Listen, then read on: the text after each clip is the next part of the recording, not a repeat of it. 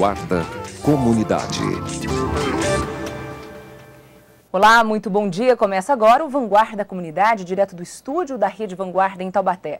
Hoje vamos falar de perdas, como lidar com as perdas. A perda de um amor, de um parente e até de bens materiais. Para essa conversa eu recebo aqui no estúdio o psicólogo Gilberto Rodrigues. Gilberto, primeiro, muito bom dia e obrigado pela sua presença aqui no estúdio da Rede Vanguarda. Bom dia, Michele. Gilberto, eu quero começar um pouco falando de perdas por conta dessas tragédias que vem acontecendo desde o início do ano. Em São José dos Campos, nós tivemos 5 mortes no início do ano. Em Aparecida, alagaram casas, Atibaia alagaram casas. E a gente teve muitas mortes na região serrana, no Rio de Janeiro. A gente viu aí centenas de pessoas perdendo famílias inteiras.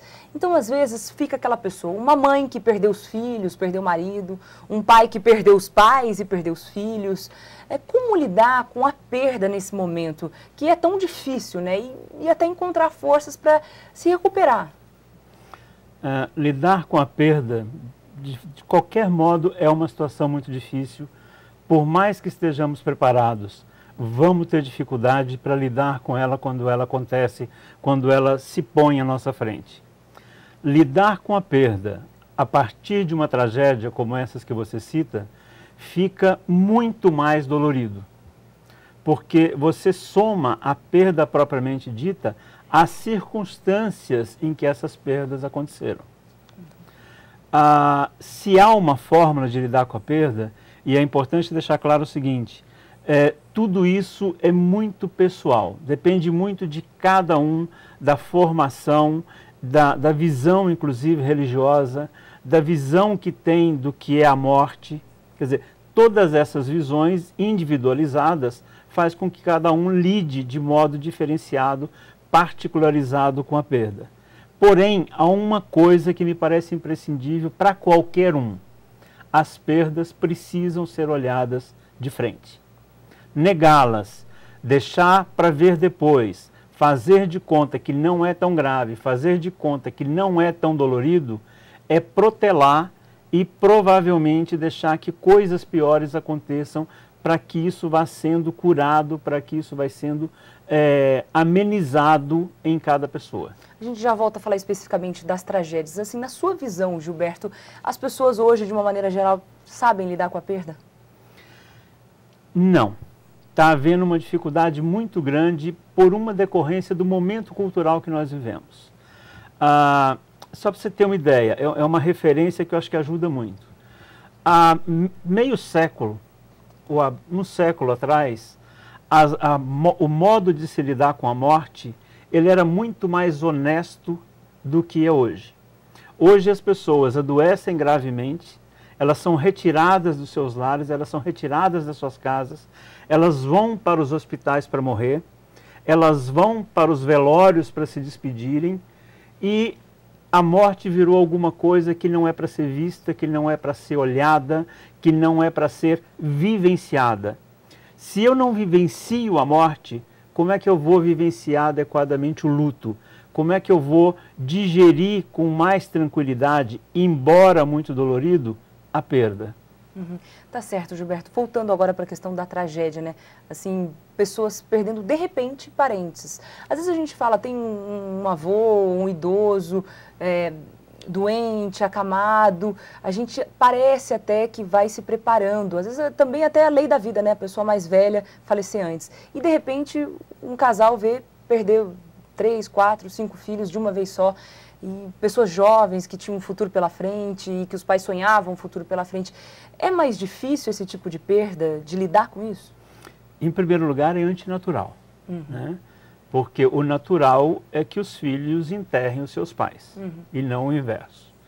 Em segundo, normalmente esses pais, eles vinham projetando todo um futuro para essas crianças, para essas crias, que vinham sendo acalentadas, na maioria das vezes, com muito carinho, com muito amor.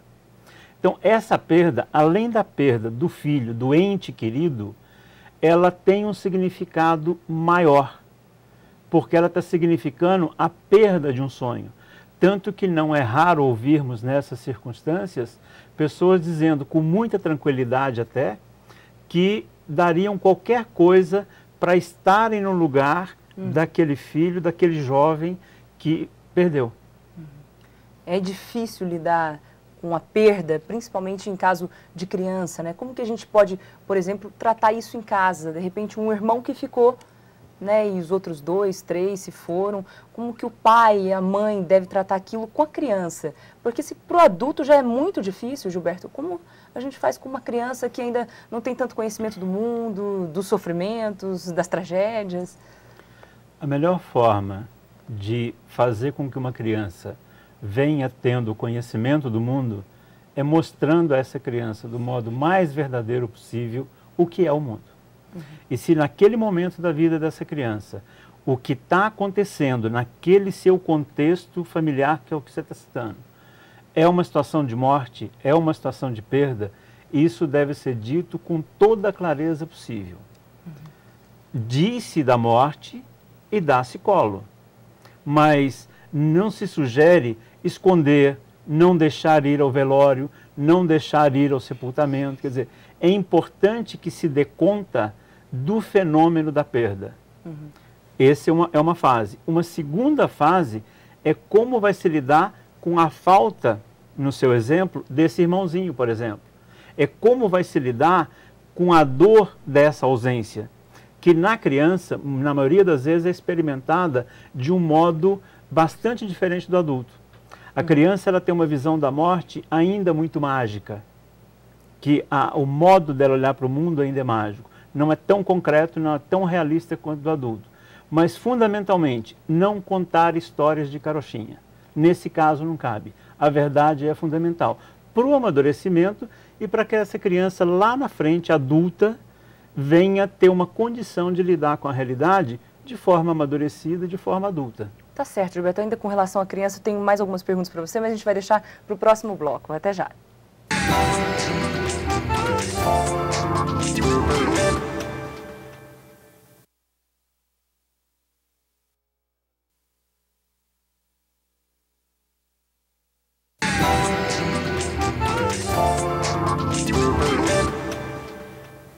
Olá, estamos de volta com o Vanguarda Comunidade, aqui do estúdio da Rede Vanguarda em Taubaté.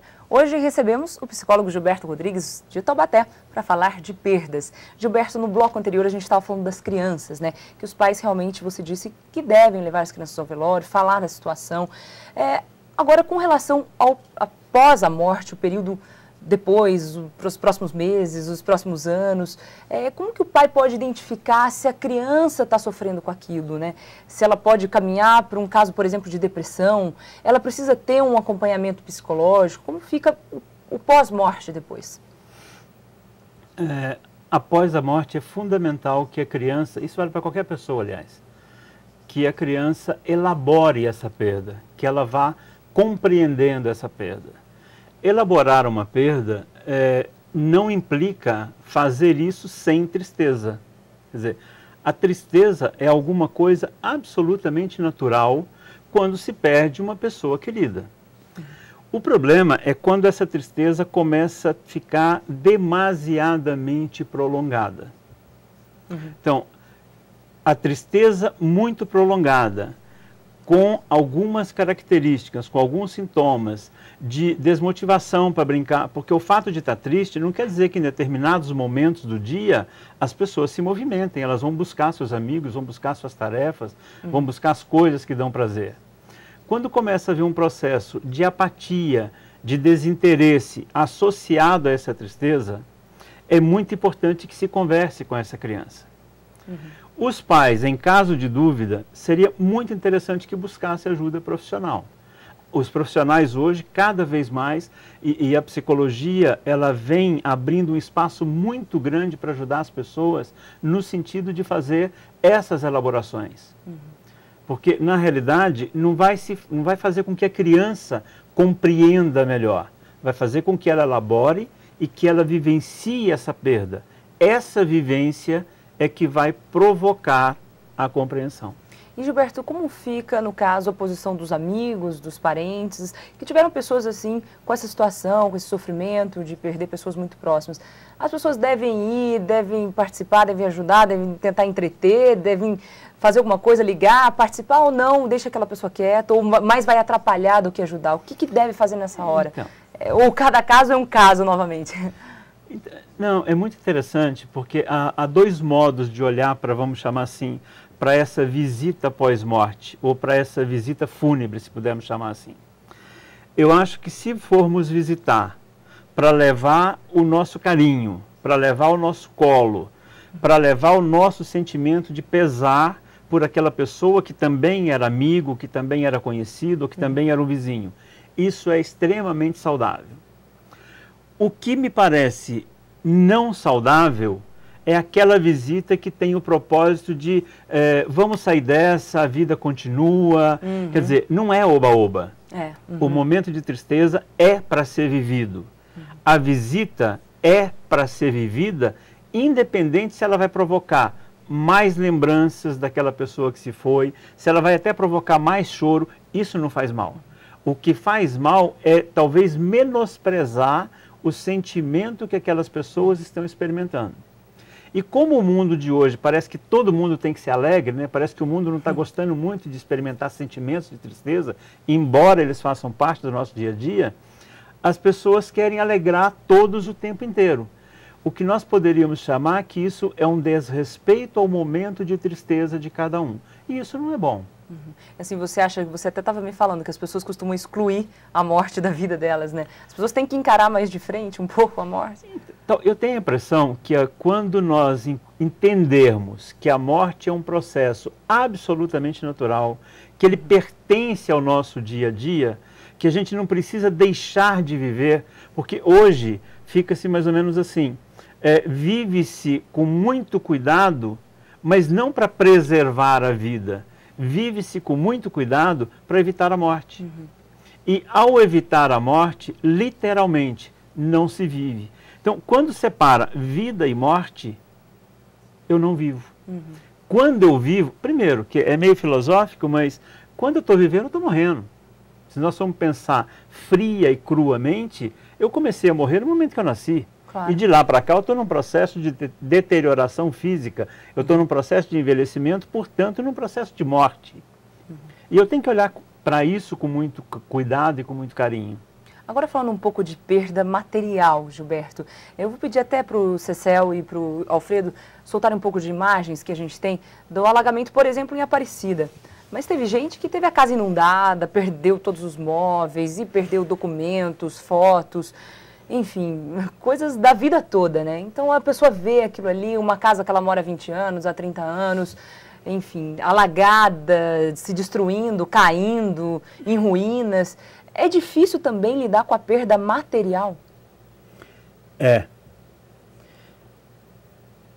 É muito difícil e vamos tentar entender o seguinte. Se nós, que não temos vínculo nenhum com aquela imagem, com essa casa, nós já ficamos chocados, a gente já se espanta, a gente já se entristece, imagina a pessoa que viveu, como você disse, naquela casa 20, 30 anos. Quer dizer, quanto significado existe naquele amontoado de tijolos que aquela pessoa projetou, que aquela pessoa colocou e que de repente está indo embora numa enxurrada. Então a perda ela vai ser além da casa, ela vai significar mais que a casa, ela vai significar também a casa, mas principalmente o que essa casa está levando de mim. E essa perda, isso que ela está levando, vai gerar luto em mim, tanto quanto a perda de uma pessoa, de um ente querido. E assim, e como encontrar forças nessa hora, Gilberto? Assim, que a pessoa tem que reconstruir a vida, a própria casa, os bens, e ainda tem que trabalhar dia a dia, dar conta da rotina do dia a dia, e é difícil viver, né? E eu não sei se há uma receita, né? O que espanta positivamente é que às vezes a gente vê as pessoas buscando forças e não sabemos onde. O que podemos dizer é o seguinte, a família ajuda muito, os amigos ajudam, os vizinhos ajudam. Quer dizer, aquela sensação, mesmo tendo perdido, por exemplo, uma família inteira, mas aquela sensação de que eu não fiquei sozinho no mundo, que eu posso reconstruir a minha vida para o meu mundo, para esse mundo que me cerca, isso me parece uma fonte muito significativa de força. Então essas doações que a gente vê, essa onda de doações acontecendo, isso também acaba ajudando